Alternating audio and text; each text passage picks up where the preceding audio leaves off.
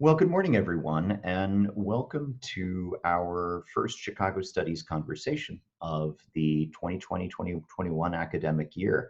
Obviously, these conversations look a little bit different than they did last fall. But despite the restrictions imposed by the current public health crisis, we are still grateful to be able to offer this opportunity to speak with one of the many scholar practitioners who are at work in our communities across the city of Chicago, trying to make the city a better place.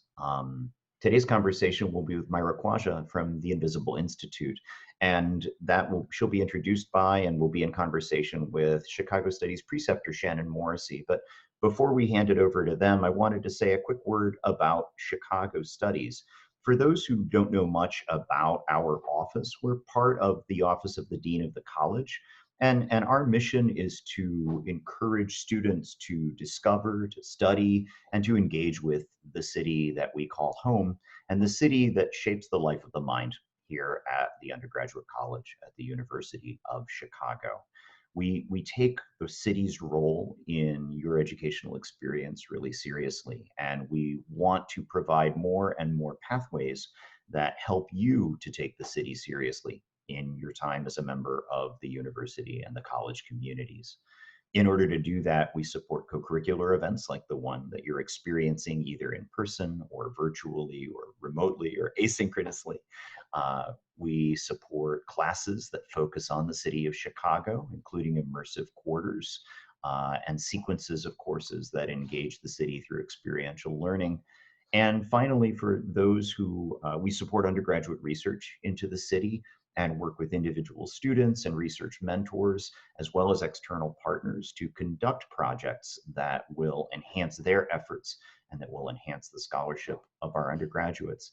And finally, for those whose study and engagement have intersected in ways that enhance both, the college offers an interdisciplinary certificate in Chicago Studies. For more information about these and other upcoming opportunities associated with Chicago Studies, visit our website at chicagostudies.uchicago.edu. Now I'm going to hand things over to Shannon Morrissey, who's the Chicago Studies preceptor, so that she can bring us into and guide us through today's conversation. Shannon? Thanks, Chris, and thanks again, everyone, for listening. I am a PhD student in sociology and also the graduate student preceptor for Chicago Studies. So even though I don't study policing directly, I do study structural inequality in cities, gentrification, private property, so things that are very much related to issues of policing. And our first conversation today, as Chris mentioned, is part of a new series called Chicago Studies Conversations. We'll explore the issue of police accountability with Maira Khwaja. I'm so glad you're able to join us. Maira is a graduate of the college and now works in public impact strategy and development for the Invisible Institute. And today's conversation was partially inspired by a BA thesis by Madeline Anderson, who interned with the Invisible Institute and wrote about the reparations package for victims and survivors of police torture under John Burge and the Chicago Police. So we're excited to talk about the issue of police violence in Chicago, but also, and importantly, the complicated role that research plays in that.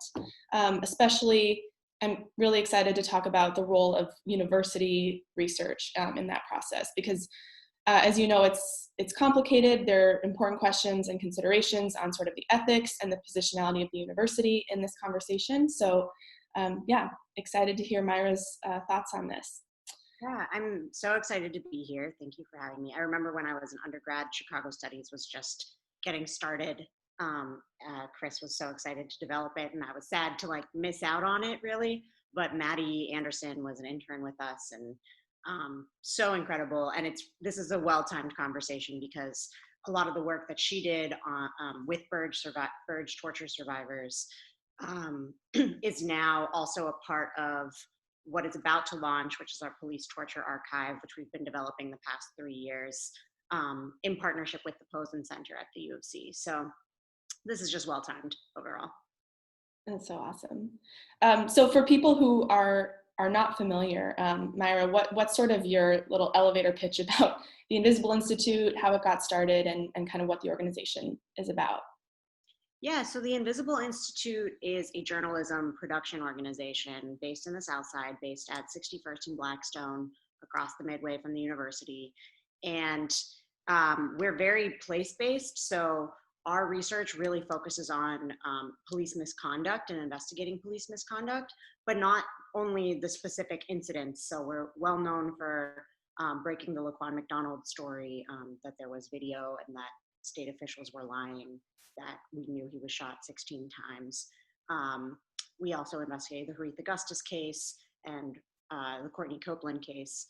So we're known for some of these individual cases, but a lot of our work is based in the context of the neighborhood and structural violence that contributes to sort of the everyday mundane encounters with policing that are in many ways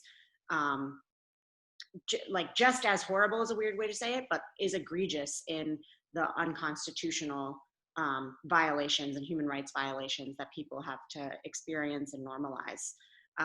So we're also known, I would direct people to the Citizens Police Data Project, which is our database website where you can look up individual officers' misconduct records, but you can also look at neighborhoods and see what are the most common kinds of complaints and how often are those sustained, investigated, and disciplined.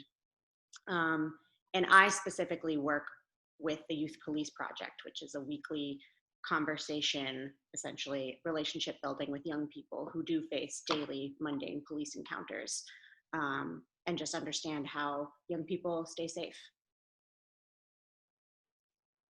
I'm curious if you could share a little bit how you got involved with the Invisible Institute as a Uchicago student. What was it like to kind of apply for a job and kind of go through that whole process?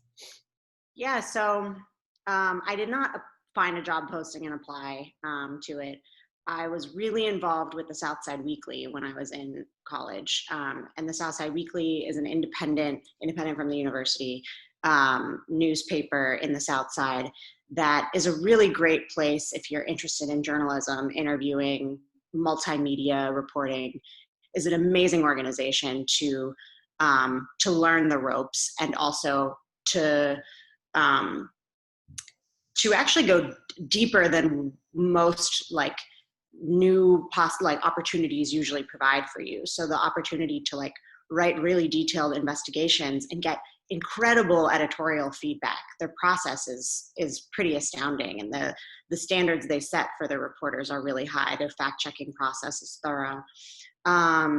They have a circulation of about 10,000 papers. So my role with them was just like being helpful with moving into this building, but specifically I started Southside Weekly Radio, which is their podcast, and developing that.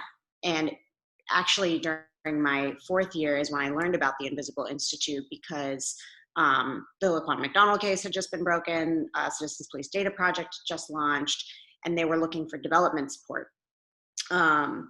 And because the Southside Weekly is also in 61st and Blackstone, I was like, well, I could keep working with the Southside Weekly, which is a volunteer organization, and like put in a few hours at the Invisible Institute. So this was in 2016. And then that just, you give whatever position you can get your all. And that kind of snowballed and unfolded into me being here still 4 years later. And it has been the most incredible opportunity and journey.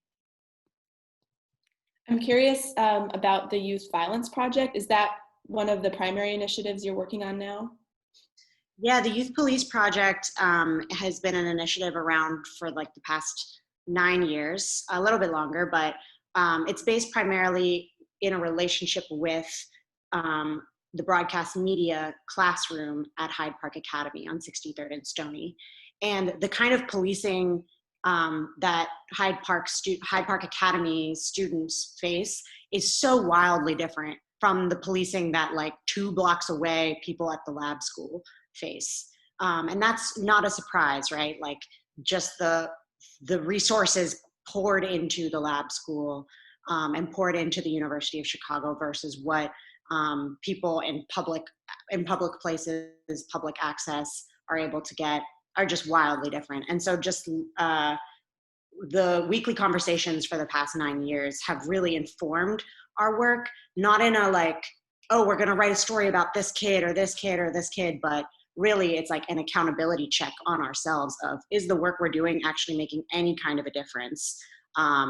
What do people who face the most egregious forms of police violence and are most impacted by all this like research work, what do they actually want and need? And do they even consent to being research subjects? Because I know we'll get into research. And my big critique of the research around crime and policing industry is really that in Chicago especially, Chicago is this like testing ground for new kinds of policing, new kinds of sociology, new kinds of like surveillance techniques.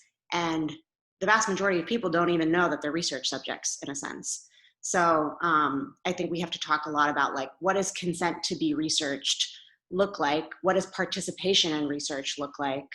And you know, where and how is the IRB not enough to talk about ethics in researching?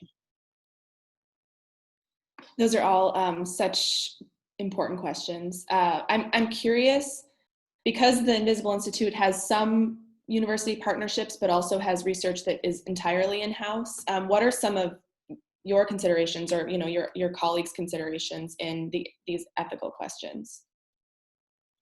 Yeah. So as much as possible, when we are thinking about research or journalism, and we're not a research institution, but we are in many ways, I think, thought of as like academia adjacent, because we're in conversation with so many academics and sort of trying to provide some sorts of checks and balances of like, it actually looks like what you're developing here is going to would be bought by police and used to surveil and criminalize people. So I think for me, the first question is, can this actually will this contribute to policing in a way that further incarcerates young Black men, young Black people? And if that should always be the question. I think it's a very low bar, but like academia is not meeting it. Mm-hmm. And I think that needs to be a first primary question of like, who are you serving by telling this research? Are you just translating information to a white and wealthy audience? And potentially that could be useful, right? But who is it useful to? And what is its use? Beyond just like curiosity, right? Which I think sometimes at U of C, it starts and ends with the questions and the conversation. But the work that the university does has deep, lasting physical impact in people's lives outside of the university that continue long after we've like had the conversation. So for me, that's my primary question. Will it incarcerate people? Secondly, are the people you're talking with or the subject you're interested in, do they want to participate? And what can they get out of it beyond like, hey, put this on your resume, or like, hey, here's a free meal. I mean, it's great to even be asking for consent, right? But I do think that we need to push ourselves to think about how we as researchers can materially benefit off of other people's lives often. And what happens 5 years from now, 10 years from now, when you're seeking tenure track or you're publishing a book, is like, will they get any of those profits? So I think the Invisible Institute, to summarize, when we commit to having like building relationships with like those most affected, it is not a one-off engagement ever. It has to be sustained conversation that is known over years. So with the Youth Police Project, what's most emblematic of that is we get to know juniors and seniors in high school for 2 years. And then the people who are most engaged with us, we continue to stay in touch and make ourselves open to them long after they graduate. So helping people get access to medical services or something like that 4 years after they were our student. So that's how I would push other researchers to think about how they make themselves available to the people they're working with too. Mm. Yeah, that's a great example to build relationships that last just beyond the time of the study. I mean, you're right. It seems like such a low bar, but yeah, that's not the case with a lot of academic research. I'm curious, in your opinion, what are some of the biggest obstacles to, undergrad students or, even other academics doing work in that way? I think academia is currently, and I'm going to put my AirPods in a second, so I apologize.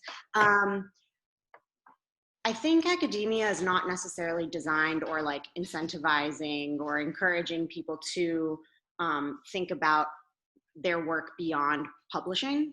So everything is designed around the moment of publishing. And so the IRB standards are all about, did you get a form signed for this thing? Where, for example, at the Youth Police Project, like, yes, we do have consent forms that people have signed when they were 16 years old. But those are not how we like get consent. Like, we show kids years later, like, here's this video. We have some of our videos published on our website of interviews that we do with them after 2 years of like knowing them. And it's like, you said this thing when you were 16, but you're 20 now. So I don't want this to feel like maybe you actually didn't say that correctly, or like maybe you actually feel differently about it. And so just thinking about like thoughtfulness and like how do you be accountable to someone as a true relationship, and not just, well, you signed this form, so we get to do this thing. And I don't think that academia or IRB or whatever is designed to actually have relationship. And in part because there's like an objectivity thing of like, no, you shouldn't have a relationship. You need to be unbiased or something like that. So I think these are like deep questions about which work should even be done in an academic setting and which should not. And I don't have the answer for those, but it's worth thinking about. You mentioned the police torture archive that has been kind of years in the making. What will that consist of? And are there ways that students can kind of contribute or be involved? Yeah, so we actually had a lot of interns over the past few years work on this. The archive is, the basis of the archive is donated files from the People's Law Office, who litigated and won reparations for survivors of police torture at the hands of John Burge and his crew. So for those who don't know, for almost 2 decades, about 600 African-American men were tortured. Many were like wrongfully incarcerated. They were all wrongfully incarcerated, I believe. But they, in the past like 10 years, sought reparations, both financially, but also a change in the Chicago Public Schools curriculum, a memorial that has yet to be built. And it was the first like major reparations package for police torture that was won. And it's a landmark, like it's landmark, I think, across the country, in that it sets an example of like what it means for survivors to win meaningful reparations. So anyway, the People's Law Office donated their legal archive to us, donated to the Posen Center, which asked us to curate it. And it's accompanied by interviews with about a dozen survivors, some videos, photos, other artifacts, and it's just the early launch. And so I'm sure there will be new iterations in the future, but we're really excited to finally be like, all the papers have been reviewed and we have these interviews. It's very exciting. Another way that Uchicago students were able to be involved with us was last fall. We had an installation on the investigation around the killing of Harith Augustus, and that was based in this building. And one of the really interesting and challenging things we did was, rather than have it downtown as a part of the Chicago Architecture Biennial, we put the text in the biennial and invited people to come to this building, because we believe that everybody who witnessed the detailed investigation needed to actually have some space to process what is a very traumatic encounter and analysis. And also to be able to give people the opportunity to talk about it with people they might not know. and process like what is actually, it's not just like a quick video of a murder that you would see on Twitter, which is like horrific and shouldn't even be circulated, but actually is a detailed analysis of how officers create that escalation and create that moment. So we invited Uchicago students from the Human Rights Department to be not just docents, but be like accompany people to the gallery and to like sit down and facilitate conversation.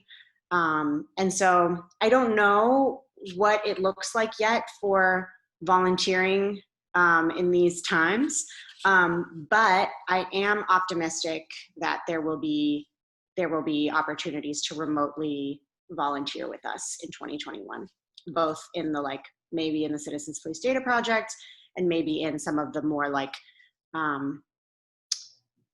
we sometimes call it accompaniment, because that's kind of what people did in the Haritha Gustus thing, and that is in many ways what we do in the Youth Police Project, is just like accompany people through really difficult processes that are just annoying and bureaucratic. And people at the university have gotten through bureaucratic processes before. And yeah, that type of accompaniment work. So stay tuned for opportunities. That's great. I am curious if you don't mind thinking back in time a bit, when you were an undergrad at Uchicago, how did you approach conversations or questions about crime, policing, as a student? And then when did you, I don't know if you came in with this more critical lens, or how did you develop that during your time in Chicago? No, I came in, it was entirely my undergrad experience that like changed my critical lens. I grew up right outside of Pittsburgh, and I went to a great public school, but very like insulate, like very isolated, very white. And I was like, I was the only liberal person, like one of the only like a very small handful of liberal people in my school. Like it was the kind of school where like when Obama won in 2008, I wore one of those Shepherd Fairy Hope shirts, and someone was like, why do you have a monkey on your shirt? Like it was like that kind of place. Yeah. So I think for me, it was like, you're either racist or you're like progressive or liberal or something like that. Like it was, my thinking was very binary about those things. I was like, yay, human rights.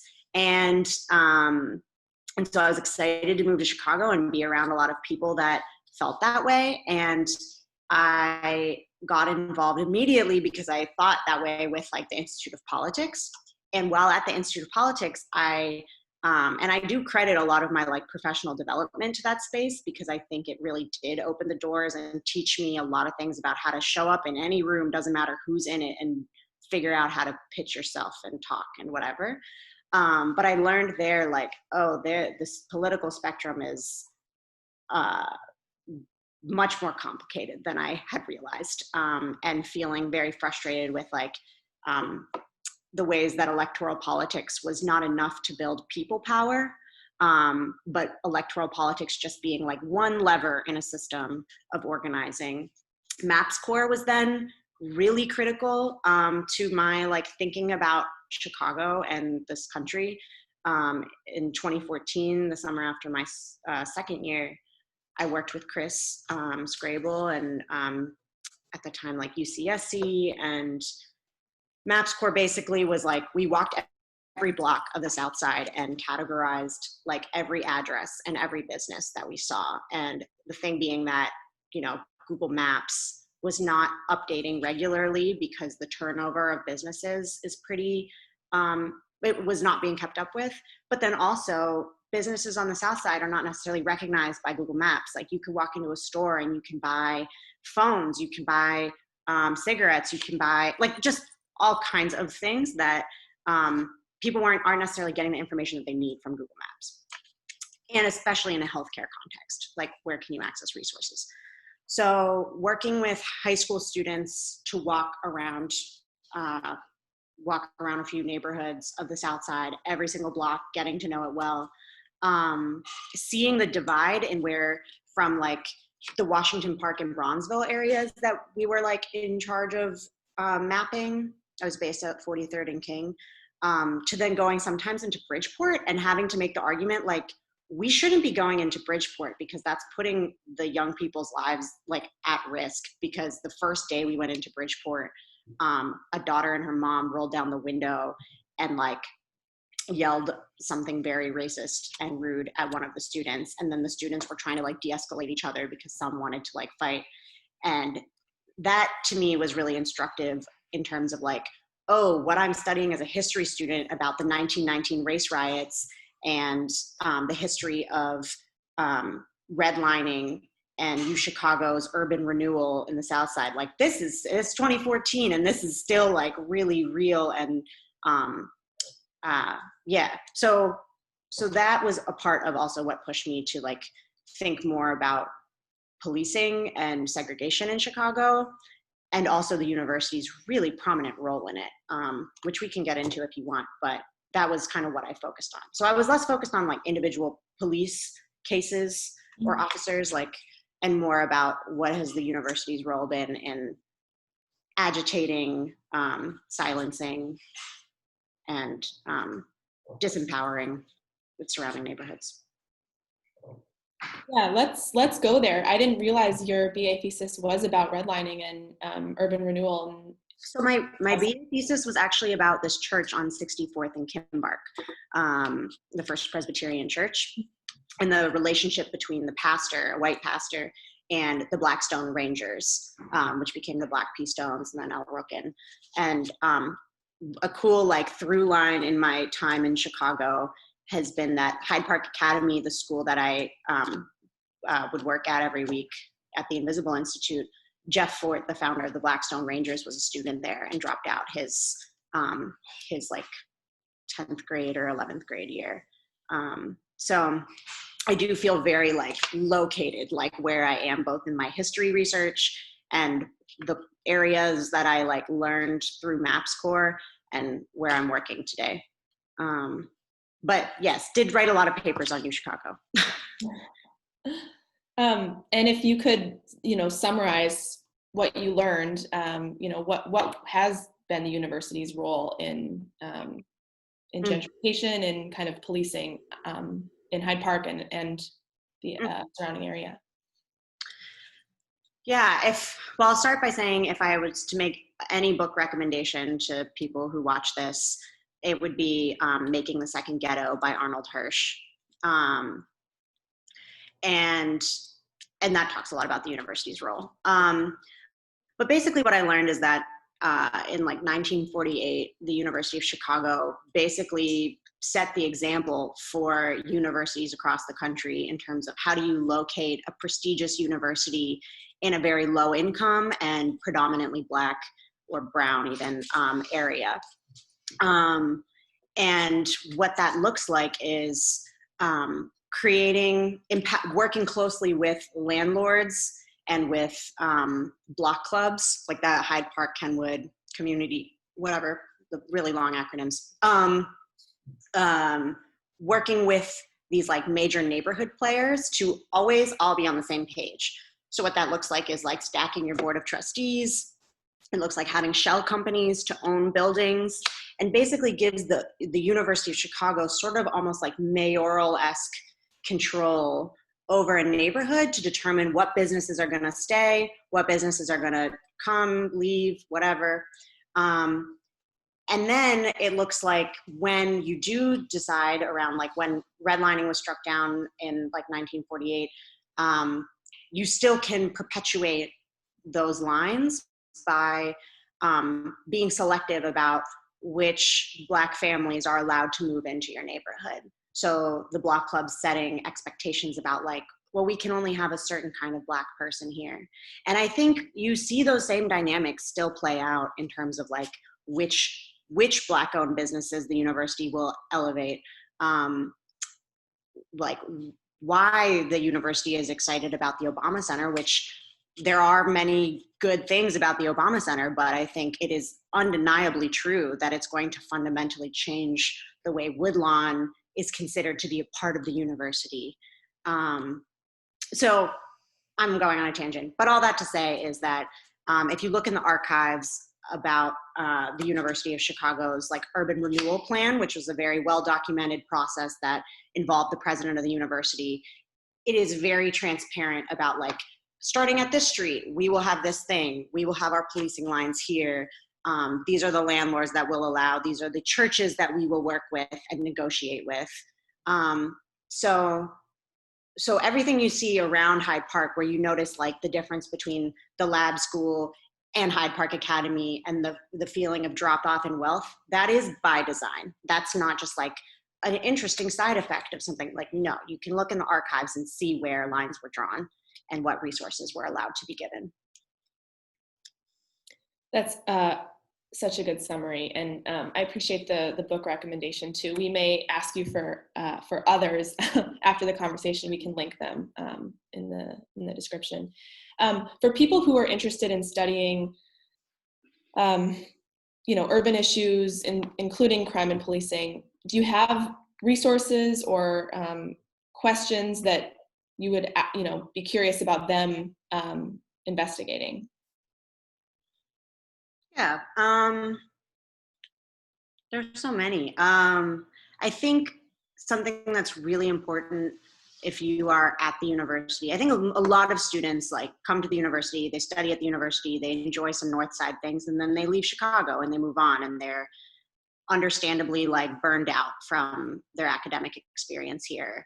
But if you're someone who's in the Chicago Studies program, or you're interested in potentially staying in Chicago, I cannot emphasize enough how important it is to actually learn about where you are, and what existed before the university, how the university was founded, and any question within that. I mean, it could be something even about what role did money, or what role did profits from slavery play in building the university? I think we definitely skirt by a lot of those questions because we're like, we're in the Midwest, we're in Chicago, so we don't have to think that much about reparations. But no, like Stephen A. Douglas, like there's a lot to talk about and research about, like Stephen A. Douglas's role in founding the university, that the university will say that's not us, but things like that. I think when it comes to, as an undergrad, researching the South Side, I think don't expect people to make themselves available to you. Like, I really don't encourage people to jump straight into human interest research, even oral histories. Like, I really don't encourage undergrads to immediately jump into that. I think building relationships is important. And if there are relationships, like maybe you go to church here, and I didn't, but I do know some people who did.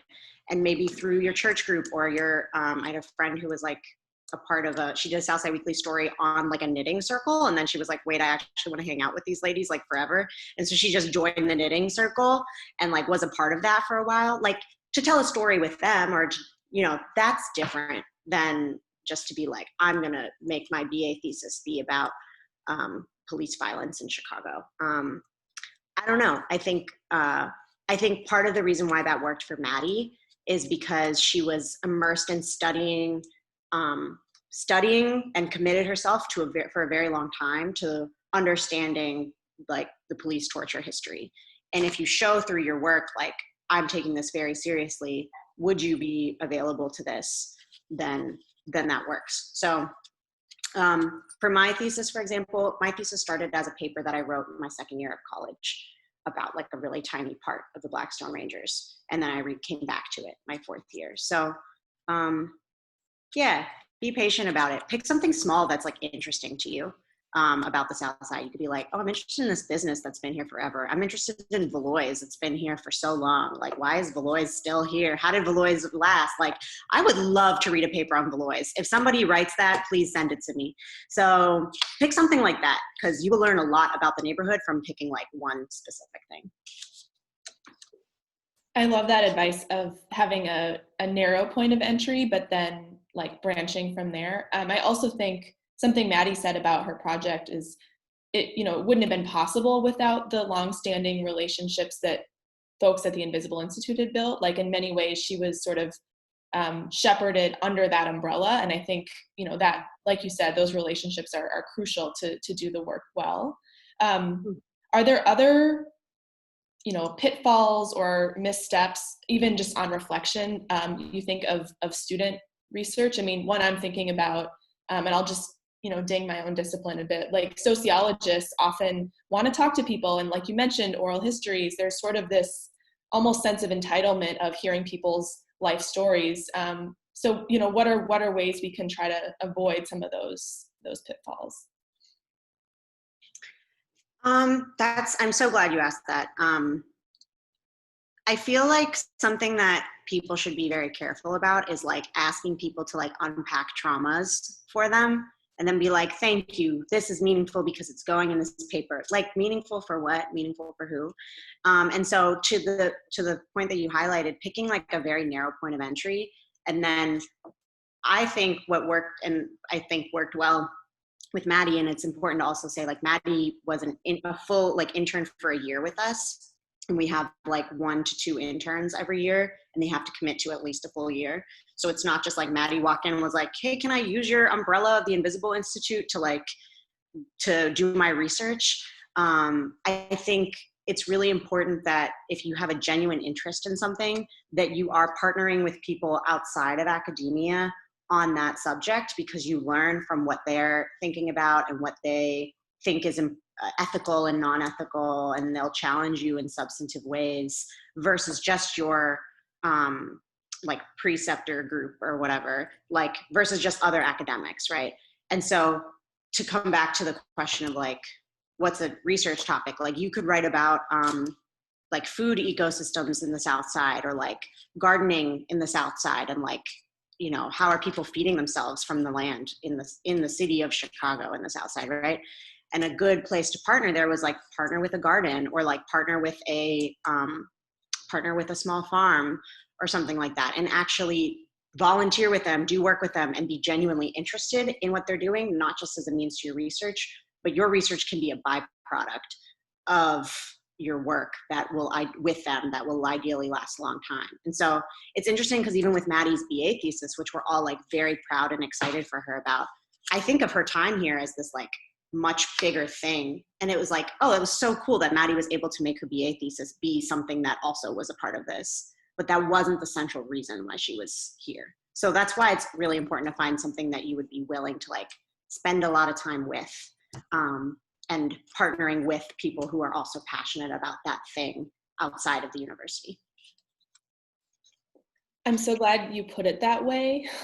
Just that, when you think about Maddie's time, it was not about the thesis. Like, that was like the afterthought, as far as the Invisible Institute goes, but she was actually contributing something to this ongoing project. I think that's great. Yeah. Is there anything else that I should have asked about research, or, things that undergrads should be thinking about as they approach some of these topics? Not necessarily about research, but I would love to say like about being in the neighborhood. I do think this is probably a self-selecting audience of people who are also thinking about these things already. But my best friend grew up like on the border of the university in Washington Park, and her family still lives there. And since graduating in the past 4 years of knowing the family, I have really loved to like hear their perspective on what it meant for university students to increasingly live on that block, and the way that UCPD treats them versus treating like university students, and just things like being really loud and like owning the neighborhood, and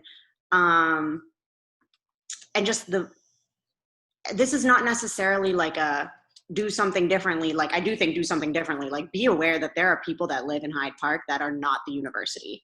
And it's different from a college town. Like, I think a lot of people treat Hyde Park like it's a college town, and it's not. And so be respectful of like people who have lived here long before and long after you're here. The other thing I would just say is like, when I was a student, the trauma center was like the peak like organizing debate. And the university really did not want to build a trauma center. And I remember having arguments with people in class about this, like, well, actually, if someone's bleeding out from a gunshot wound, the extra few minutes to make it to Northwestern is not enough to to let someone die. Like, I remember people on our, like, at the time, like, Overheard at Uchicago was like a Facebook group that was really popular. And people were literally putting in like calculations to be like, if I ran this model of like whatever, and it was like this hypothetical debate about if there should be a trauma center. And my advice would be like, if you feel like organizers in Chicago are like too radical for you and that you can like prove them wrong through your like debates and calculations, like, just realize like you just got here and you should probably defer to them. And so even if you're like, I'm not there yet, I'm not, like, it's crazy to think back to 2014 and be like, wow, most students I knew did not support a trauma center or thought it would be like not worth the money. And now it's like the university has billboards around the South Side, like new trauma center. And this is only like 6 years later. So just like defer to community is my last thing. Yeah, that bit of humility is important, and I think difficult to like teach in any way. But I think that's a great point that, you know, people quickly changed their tune once it became obvious that this was something that was going to happen, and thank goodness it did. Yeah. Let's see, Chris, anything you want to add or ask Maira? Yeah, I actually had two questions that came up. Maybe the first one I'll ask because it follows. I have something really specific about youth policing that you got me thinking about. But first, maybe you just kind of alluded to this, but I'm wondering if there's anything else.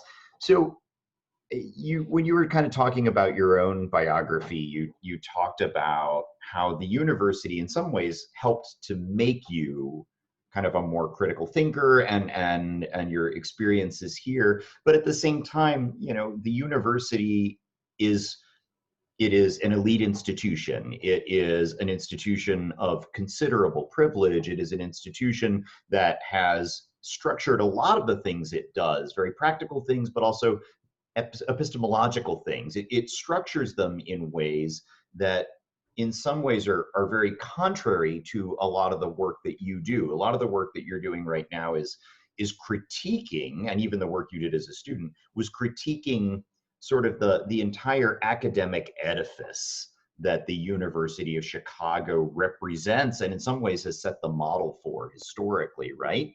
So what are some of the things that you found yourself needing to unlearn who moved between the world of being a University of Chicago student trained in the methodologies of the University of Chicago and work that you're doing today? So, and I'm asking this because I think for students who are looking to do some of the same kind of journey that you've done, there needs to be this process of self-critical reflection. And I think sometimes you don't even know where you should be critiquing yourself. And if somebody can say, hey, have you looked at this little piece of hypocrisy? I feel like sometimes that's really helpful. I know it's been in my own growth as a scholar and as an activist. So I'd just be curious if there are things that you found yourself kind of having to intentionally unlearn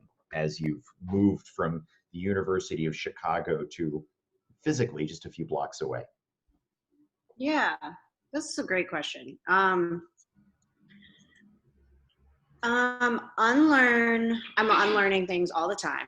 I have two thoughts about this. One is, I think I often thought I like got everywhere. I know, I always knew that I got where I got because of my parents, and my parents are immigrants, and they worked insanely hard, but like they benefited off of, you know, not having to be constantly working against a long history of oppression in this country, right? And so they were able to get in on like visas in the 70s and 80s that were specifically seeking people like them to be scientists. and to live in a suburb and like own their own land and home. Like I knew that I'm not like a self-made person, right? But I did know that like the amount of like paperwork and organizing myself and studying really hard and taking tests and like following the rules and meeting the deadlines for all the rules was like, that's how I got to Uchicago, and like working really hard at like getting a job or whatever. And I think something that I very much unlearned is like, actually there are some rules and systems designed in place to like help people like me succeed. Like if I wanted to apply to a PhD program, I'm like, okay, here's the whole path, and like I should do all of these things. But then there are some rules that are designed to like keep people down and like keep people in their place. And so not all like systems of rules of bureaucracy and institutions are designed for people to succeed. So just seeing the ways that like navigating something like, and if students who move off campus and live in a Mac building, they start to kind of learn this. They're like, but I called Mac this many times. Why are they not getting rid of the mice in my building? It's like, okay, you just experienced like this tiny thing, and that's personal experience. No one live at 5411 South Ellis. Like that was terrible. But the like that tiny thing of being like, I'm doing all these things, why aren't they providing me with the service that I have a right to have, that I'm paying for? Like you could take all of that whole like experience, that is like every experience with the court system, it's every experience with applying for any kind of government benefit. It's something I've learned a lot about policing is that it's not just like the police officers themselves enacting brutality, it's like the barriers you have to jump through and over to qualify for things, to overcome any kind of past that you're actively criminalized for. I mean, I think unlearning this notion of like, okay, I can finesse any institution, or I can get through all these barriers. It's like some institutions are made a lot harder for people to get through, and like those are the institutions like Cook County, fill in the blank, like jail, courts, whatever. So that's something I've unlearned a lot, is like, just because I sit down and tutor a kid to like apply for college and take the SAT, it's way harder than you know, there's trauma around bureaucracy. Then the second thing I would say is, what have I unlearned? I actually forget what my other thing was, so sorry. This actually, though, brings me really close to my other question that came up. You mentioned, and I love that you brought this up, that, you know, even concretely, like it's not an accident that Hyde Park Academy and the lab school have very different populations, and in some ways, you know, are treated very differently.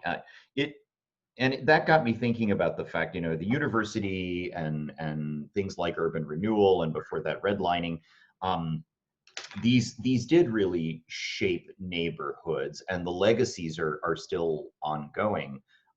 We're having a student documentary film festival that we're running next week, and one of the films is on how 1919 is alive and well in Chicago, basically.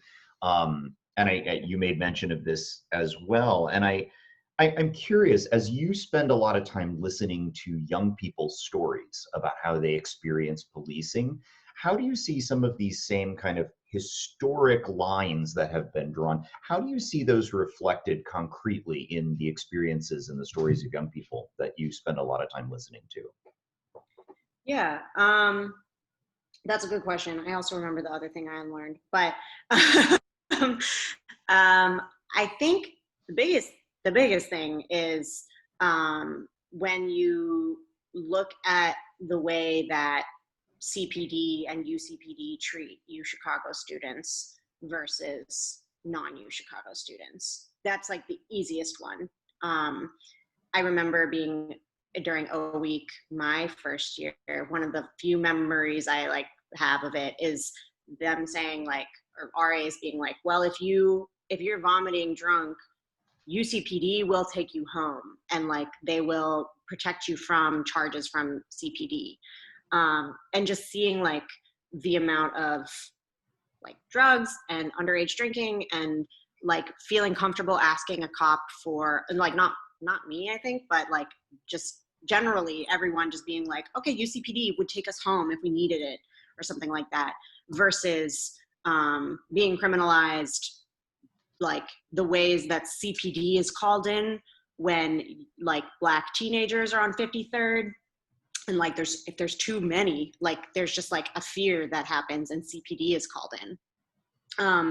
And so I think you see that dynamic like play out really strongly. I also think something that has come to mind a lot for me since graduating is when Uchicago students graduate, if they don't leave Chicago, they're like, where do we live?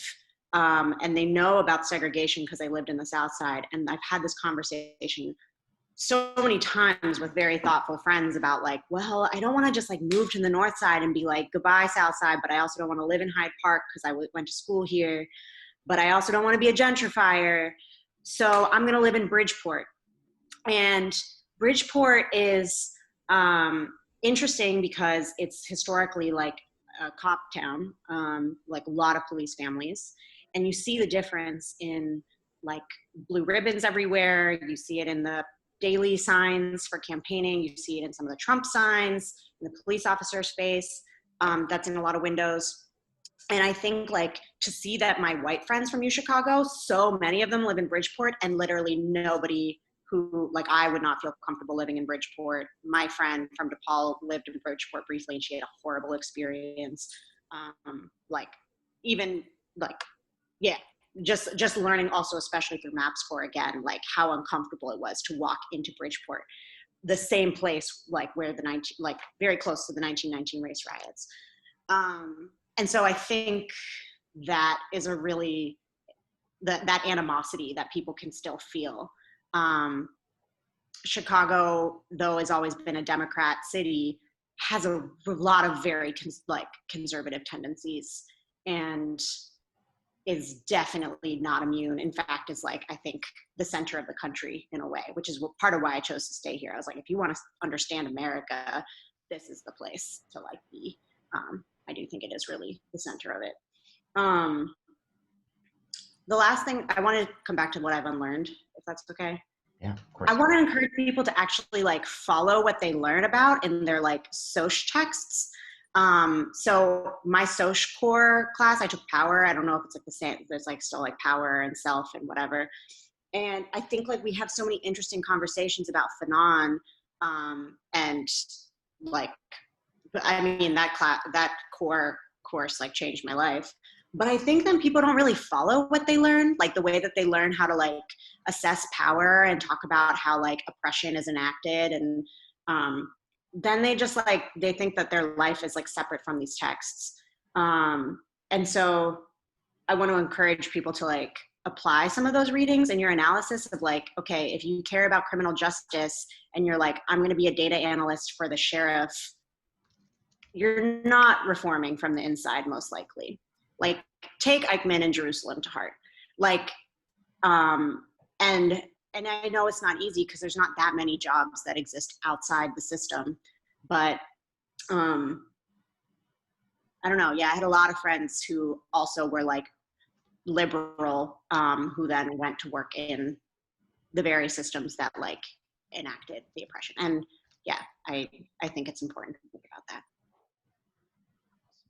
I want to add one thing because Maira's story about sort of the University of Chicago Police Department to student drug use made me think of it. I think something I learned, not even in undergrad, but in grad school, was to just be skeptical of data. Like, I think a lot of studies treat crime data as a measure of, criminal activity, when really it's a measure of police activity, like who's being cited, who's being arrested.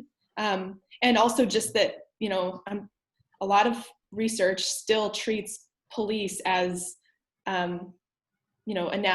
equivalent to more safety, when like, obviously that depends on, who you're talking about and who you're talking to, whether they feel more or less safe with police around. So just things that are still baked into research that's happening now. Yeah, yeah. And to the research question point, like one, that is such a brilliant formulation of like crime data is actually a measure of policing. But also like what makes you feel safe as a Uchicago student? I think for many people it's the blue lights and being like, if I needed to, I could hit this button. Like I've heard people say that, which is valid, I think, like, but thinking about like how in the rest of the South Side, do you have blue lights and a button to call for help? Or do you have like pod cameras, like just surveilling you with no like call for help button or something like that? And other things that make you feel safe, like the reg first floor being open all night. Like if you really needed a place to go, you could go there. Or yeah, your friends, food. The safety thing is a really good point. Milan, anything that you would want to ask or comment on? Yeah, for sure. It might be a little bit in the weeds, just because. So I worked with Injustice Watch for about a year, Nice. and I would say the organization has a semi-antagonistic relationship with like law enforcement and the traditional like criminal justice hierarchy.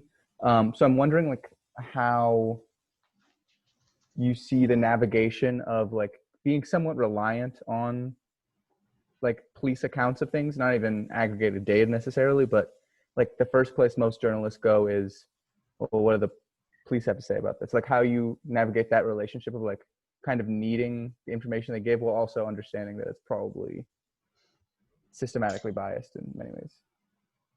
Yeah, no, I don't think that's too in the weeds.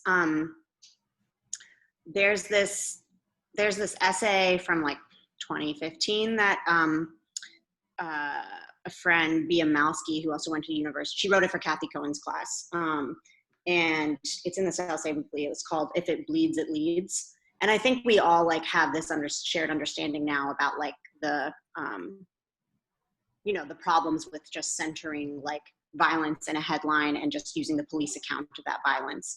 But that was part of like also what changed my thinking was that essay around how majority of journalism and majority of like reporting in this country, in part because of like the daily cycle of deadlines, is just like regurgitating a police report. And I think we have now, especially this year, reached a point where more people understand that you just can't only take the police report at face value. And you have to consider the police statement as just like doing your due diligence as a journalist is like the police statement is just one of many statements and one of many accounts. And that is a change from in the past being like, well, all these people are saying this thing, but like the state is saying this thing, so we're going to give more weight to it. And I think also, yeah, if journalists are still doing the regurgitating thing, it's like, that's pretty sloppy journalism is basically the thing. But I think you also can, through looking at, like, you can look at crime data, you can look at complaint records, you can look at, there's access to more data, especially in Illinois, than just what the police say about a thing. So you can use their own data against them, right? Or in comparison to. You can also look at oversight agencies. Not that those are like always amazing, but they're important as a journalist to like look at COPA, look at the COPA is the Civilian Office of Police Accountability, where people can file complaints. The OIG is the Office of Inspector General. Like, it is important to look at all of these perspectives, but it's incredibly important to look at people's grounded perspectives of like, if they know their neighborhood and know what's likely to happen and not to happen, to also consider their take. That's not just like, especially if it's pushing back against the police report. So yeah, I don't know if that answers your question completely, but is there anything else like to your question that you like are interested in hearing about? I mean, yeah, I don't think there's a easy answer to it. Obviously, like COPA's got its own issues and all that. But yeah, so like I think at Injustice Watch, we use CPDP data for like, it was a follow-up to the Plainview project where we're like looking at social media accounts compared with disciplinary records. So yeah. Okay, cool. That's what you worked on? Sweet. Okay, so we've now both worked on 2 of the same projects. So yeah, I mean, thank you for hyping CPDP. Yeah, the CPDP lets you look at police's complaint records, but it's also important, as if you're writing a story, to learn how to submit a Freedom of Information Act request. It's really not that complicated, and especially if you're like a researcher and send an email being like, under FOIA law, please send me this thing, and they have to respond in 5 days with like their delay or their whatever, and they'll probably just delay it. Make your request as specific as possible. Be like, I'm looking for this data set, or I'm looking for this form, or whatever. But yeah, it's important to like not just go off of like the police statement, but also like ask other people in the department, like ask the FOIA department, ask COPA, ask the OIG. And then if all of their, I mean, I don't think you always get to ask the OIG, but compare all of the things that they say, because oftentimes there's discrepancies. Like with the Harith Augustus project that we did, that was a very long process of filing Freedom of Information Act requests and litigating. And the first time around, they provided some video, and the second time around they provided more. And then there was a whole thing about like, so they didn't make all the video public at first, and they are like, it's an administrative bureaucracy issue where it's like super messy. And so like, I don't know, I think people forget that like within the government, there are people just being people, and that is not necessarily to be like, oh, they're good people, but it's to say like, people are sloppy. Like people are, so you will get a different answer depending on who you ask.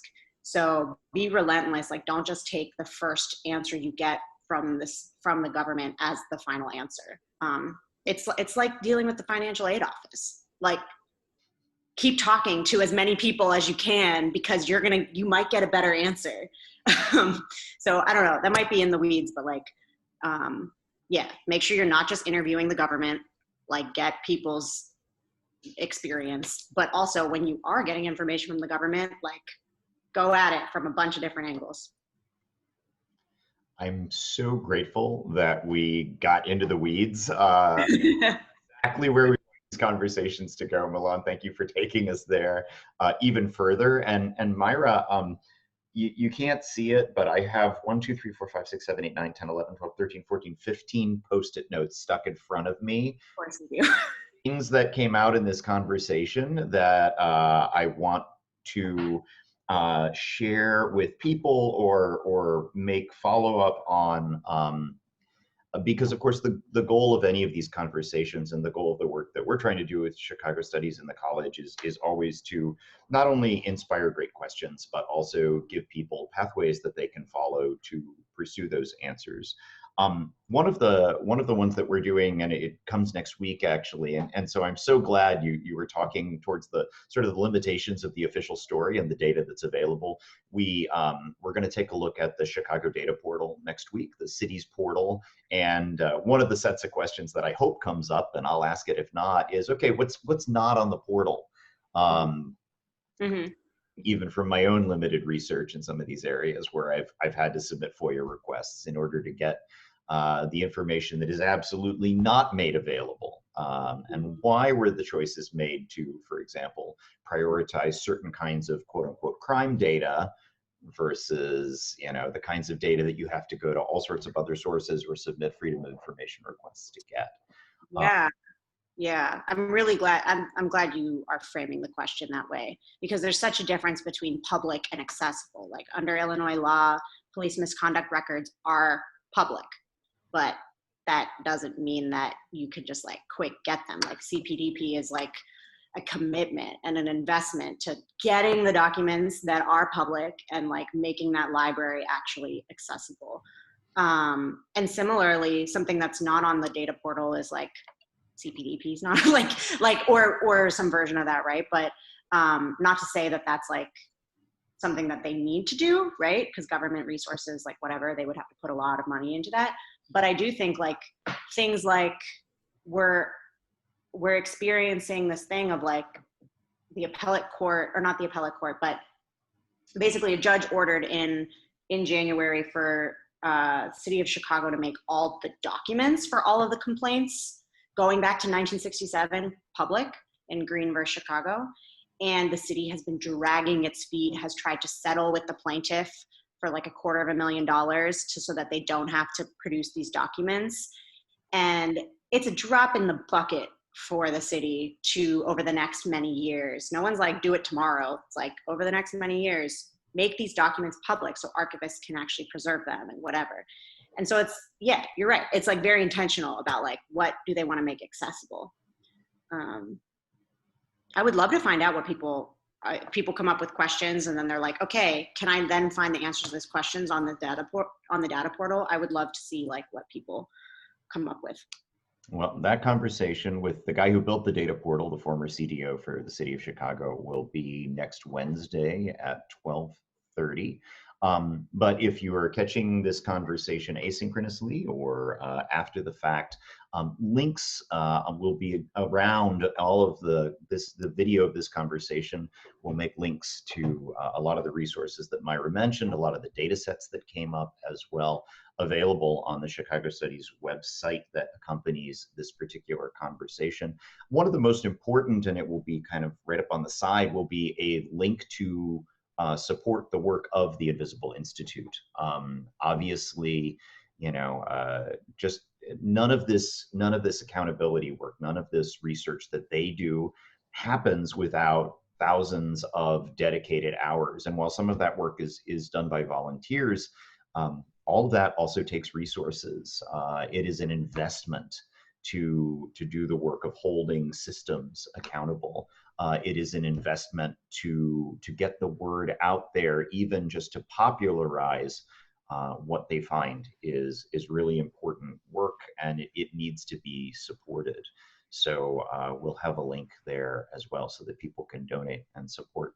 I want to thank our participants today. Thank you so much, Maira, for lending so much knowledge and sharing not only your work, but also your journey to that work. It's just so amazing to see you doing it, especially as someone who's had the chance to work with you a couple times over the years. Thanks too to Shannon Morrissey, our preceptor for Chicago Studies, who's pulling this whole series together, and for her, as always, brilliant conversation. And thanks to those of you who participated. Thanks to those of you who are participating after the fact. We appreciate you, and we are so grateful that you're interested in learning more about and doing more meaningful work in our city. Thanks so much.